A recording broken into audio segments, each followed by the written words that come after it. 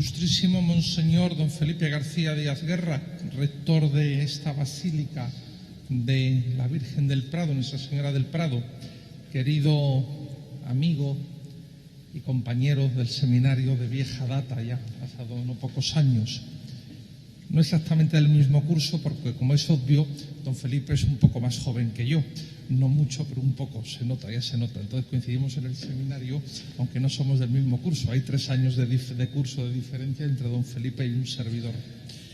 Muy reverendo señor arcipreste de este arciprestazgo de Talavera, querido don Juan Damián, reverendo señor párroco insolidum de la parroquia de San Juan de Ávila, de aquí de Talavera, querido don David, ya con esperanza fundada y adviento que esperemos que dure poco para que esa parroquia de San Juan de Ávila pues podáis tener el templo que hace falta, que necesitáis y que os merecéis, tanto los pastores como los fieles de esa parroquia. Reverendo señor don Santiago Martínez, nuevo sacerdote auxiliar de esta Basílica del Prado, a la que pondrás a los pies de la Virgen pues tu ministerio y tu entrega, y antiguo alumno también de un servidor. Ilustrísimo señor alcalde de esta bellísima ciudad de Talavera y miembros de la Corporación Municipal del excelentísimo Ayuntamiento de Talavera de la Reina. Ilustrísima señora directora de la Agencia del Agua de Castilla-La Mancha. Junta Directiva, Camareras y Hermandad de Nuestra Señora del Prado. Junta de Cofradías de Talavera de la Reina. Aquí veo a algunas personas conocidas, como el hermano mayor de la Hermandad del Santo Sepulcro del Viernes Santo, aquí de Talavera. Vida consagrada, queridos hermanos y hermanas talaveranos, vivís aquí y los que habéis venido para honrar a nuestra Madre Común.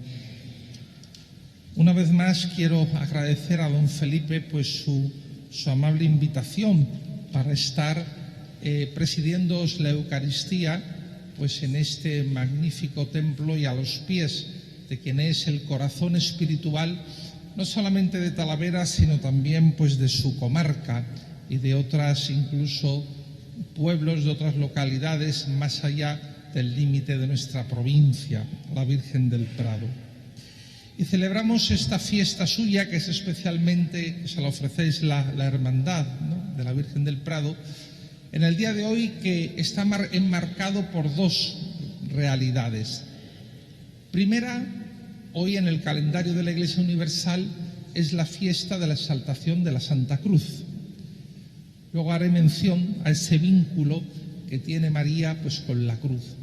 Y segunda, hoy exactamente es el cumpleaños del Santo Padre, del Papa León XIV. Hoy hace 70 años. Entonces os pido a todos pues una oración y un recuerdo en la Eucaristía por él, para que el Señor le bendiga, le fortalezca en su servicio ministerial a la Iglesia Universal como sucesor de San Pedro. Hemos escuchado en la primera lectura un breve texto del profeta Zacarías. En el contexto histórico estamos 6 siglos antes de Jesucristo, 6 siglos, 500 años antes de Jesucristo. Y el pueblo de Israel vive un momento de gozo en el que experimenta la salvación, porque después de un exilio largo en Babilonia, que había puesto a prueba su fe en Yahvé Dios, quizá es que ya no somos el pueblo de la alianza, no somos el pueblo elegido y Yahvé se ha olvidado de nosotros. Y también no solamente en una crisis de fe, sino en una crisis social y política, puesto que había desaparecido el reino de Israel, que era como esa garantía, esa promesa que había hecho Dios a David de que estaría siempre gobernando pues esa casa de David. El pueblo de Israel ha vuelto a la tierra prometida. También aprovecho para pediros una oración por Tierra Santa, tan necesitada de esa oración y tan necesitada pues de la paz y de que se respete pues el derecho internacional humanitario y que se respeten los derechos de todas las personas, sin excepciones. Habían vuelto y estaban reconstruyendo el templo, que era el núcleo central de la fe en Yahvé, puesto que era el lugar de la presencia de Yahvé. No había más templos. Imaginaos, por captar un poco lo que era el significado del templo, que en toda la cristiandad solamente hubiera un templo, digamos que fuera la Basílica de San Pedro, porque las sinagogas no eran el equivalente de templos, era un lugar para escuchar la palabra, para recibir instrucción, más o menos como si fueran salones de catequesis, para entendernos con el lenguaje de hoy. Imaginaos lo que significaba, imaginaos que solamente hubiera un templo en toda la cristiandad que fuera San Pedro. Entonces había solamente el templo de Jerusalén y estaban reconstruyendo el templo que había sido destruido. Entonces el profeta Zacarías, un judío de una familia judía eminente, pues hace ese canto: alégrate, Jerusalén, recogiendo palabras del profeta Sofonías, porque está Yahvé cerca de ti, porque está en medio de ti. Eso es una profecía que se cumple allí porque están reconstruyendo el templo, luego habrá una nueva consagración del templo, pero que se abre en una perspectiva espaciotemporal a un cumplimiento en plenitud. Y ese cumplimiento en plenitud de esa cercanía de Yahvé Dios en medio de su pueblo rebasa, trasciende con creces lo que los israelitas de entonces pudieran pensar. Es que Yahvé está en medio de su pueblo porque Dios va a vivir en medio del pueblo, porque se va a hacer uno del pueblo, porque se va a hacer historia humana, presencia humana, vida humana, con los gozos y las sombras, con las alegrías y las tristezas, con los éxitos y los fracasos, con las esperanzas y desesperanzas, con la salud y con la enfermedad, con la vida y con la muerte. Y esa presencia excelsa de Dios en medio de su pueblo se produce cuando la palabra de Dios, el Verbo, se hace carne, se hace uno de nosotros, se hace historia humana. Y para esa realidad de esa presencia que anuncia Zacarías 6 siglos antes de Jesucristo, hay no solamente un instrumento, sino una colaboradora fundamental, imprescindible, necesaria, que es la Virgen Santa María. Y el momento de esa colaboración lo hemos escuchado en el Evangelio que hemos proclamado de la anunciación de Gabriel a María, de que iba a ser la madre de la palabra hecha carne. Y ese momento es el momento en el que se toca, se entrecruza la gracia de Dios, la inmensidad de Dios, la divinidad con nuestra humanidad, con esta materia nuestra de la que estamos hechos, con esta realidad nuestra que somos, con esta dialéctica que experimentamos cada uno de nosotros entre nuestro espíritu y nuestra carne, entre lo físico que nos iguala a los otros seres de la creación y lo espiritual que nos asemeja y nos hace imagen de Dios. Y esa colaboración fue libre, fue querida, fue voluntaria. No pensemos que la Virgen estaba obligada, coaccionada, condicionada, como si fuera una marioneta movida por los hilos de la mano de Dios para decir sí, en absoluto, en absoluto. La Virgen toma conciencia de la llamada, de la invitación que Dios la hace, y desde su libertad y desde su racionalidad hace un acto de ofrenda a Dios, hace un acto de colaboración con Dios. He aquí la esclava del Señor, hágase en mí según tu palabra. Dios jamás viola nuestra libertad, nunca. Nos ofrece, nos sale al paso en la vida, en 1000 acontecimientos, en los buenos y en los malos, en los tristes y en los alegres, y nos tiende su mano y nos ofrece su palabra, pero siempre nos deja en la libertad personal de aceptar o rechazar. Nos deja en la libertad personal de querer colaborar con Él y con el proyecto de salvación o rechazarlo.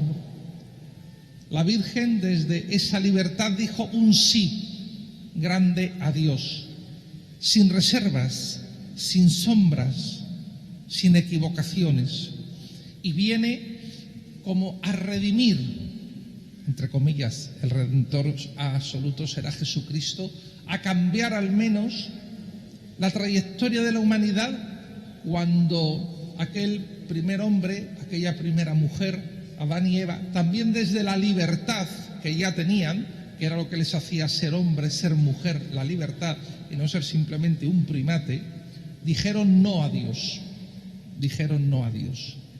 Y la Virgen cambia, es la otra cara de la moneda, da la vuelta a esa realidad y nos dice que es posible la cooperación de nuestra historia y de nuestra carne con la acción de Dios. Y Dios quiere hacer su realidad de historia de salvación con todos los hombres, con todo el ser humano, con nuestra colaboración, con nuestra cooperación. Y Jesucristo, hecho carne en María, nacido en María, educado en María, criado por María, se lanza a la acción mesiánica para anunciar el reino de Dios y con su misterio pascual, muerte y resurrección, devolvernos la dignidad de filiación, de ser hijos del Padre y por tanto hermanos entre nosotros, que habíamos perdido desde esa otra opción primera cuando Adán y Eva dijeron un no a Dios. Por lo tanto, nos sentimos también, somos también hijos de María, porque María no solamente es madre de Dios, madre de Jesús, sino que engendra a la Iglesia. Es madre de la Iglesia, es madre de cada uno de nosotros. Hoy, como les decía al comienzo, estamos celebrando la fiesta de la exaltación de la Santa Cruz.